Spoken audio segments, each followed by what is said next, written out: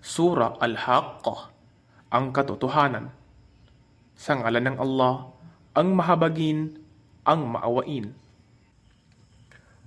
Ang katotohanan. Ano ang katotohanan? At ano ang makapagpapaliwanag sa iyo kung ano ang katotohanan? Ang mga tribo ng Thamud at ang mamamayan ng Ad ay nagtakwil sa nagbabadyang sakuna. Kaya, tungkol sa mga tribo ng Thamud, sila ay winasak ng isang kakilakilabot at nakatutulig na pagsabog. At tungkol sa mga mamamayan ng Ad, sila ay winasak ng isang nagngangalit na ihip ng hangin, na kanyang itinalaga, ipinataw sa kanila ng 7 gabi at 8 araw na magkakasunod. Kaya iyong makikita ang mga tao roon na nakalugmok, na tila sila ay mga puno ng datiles na nakahandusay. Kaya may nakikita ka bang alinman sa kanilang mga naiwang buhay? At sa panahong iyan, dumating si Paraon at ang mga mamamayang nauna sa kanya, at ang itinaob na mga lungsod na may kasalanan, sapagkat kanilang sinuway ang sugo ng kanilang Panginoon, kaya sila ay kanyang hinablot ng isang marahas na paghablot. Katotohanan, nang ang tubig ay nagumapaw, kayo ang inyong mga ninuno ay aming isinakay sa naglalayag na sasakyang dagat, upang sakali ito ay aming gawin para sa inyo bilang isang paalala, at upang mapangalagaan ito ang babala na taingang nakauunawa.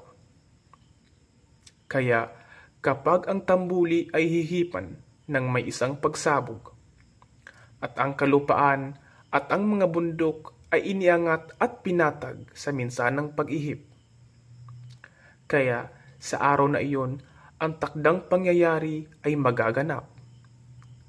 At ang kalangitan ay mahahati sapagkat sa araw na iyon, ito ay marupok, sanhi ng pagkapunit. At sa araw na iyon, ang mga anghel ay nasa bawat gilid nito, at ang 8 sa kanila ay magpapasan ng trono ng iyong Panginoon na nasa kanilang itaas. Sa araw na iyon, kayo ay ihaharap sa paghuhukom. Hindi itatago sa inyo ang anumang dati ay nakakubli.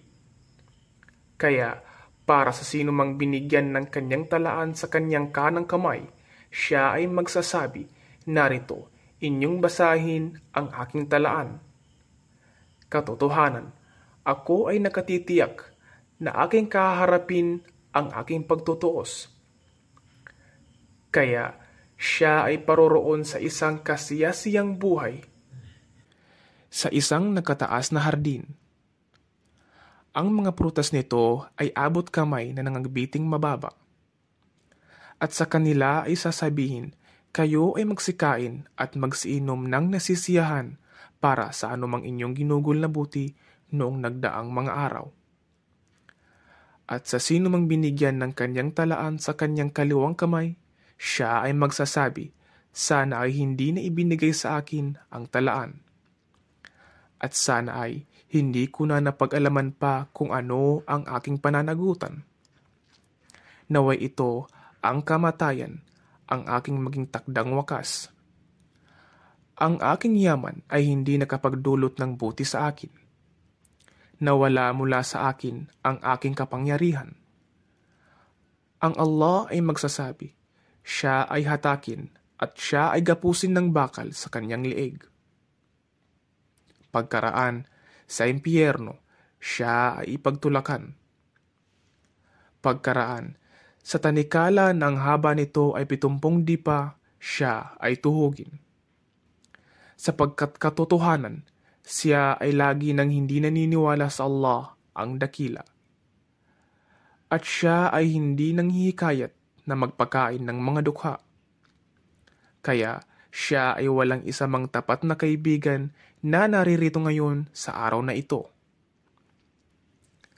At walang pagkain maliban mula sa katas ng mga nagnanaknak na sugat. Walang kumakain nito maliban sa mga makasalanan. Kaya ako ay sumusumpa sa anumang inyong nakikita.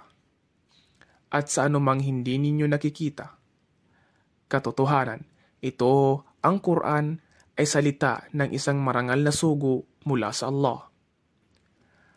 At ito ay hindi salita ng isang manunula, sadyang napakaliit ng inyong paniniwala.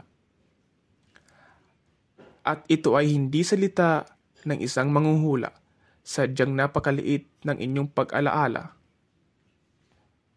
Ito ay isang kapahayagan mula sa Panginoon ng lahat ng mga nilikha. At kung mangyari ngang si Muhammad ay kumatha hinggil sa amin ng ibang mga huwad na salita, siya ay aming hahatakin sa aming kanang kamay.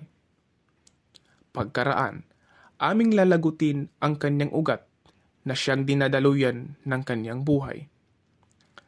At walang sino man sa inyo ang makapipigil sa amin para sa kanya. At katotohanan, ito, ang Quran, ay isang paalaala para sa mga natatakot sa Allah.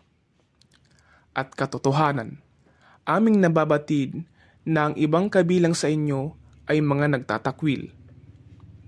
At katotohanan, ito ay magsisilbing isang siphayo para sa mga di naniniwala.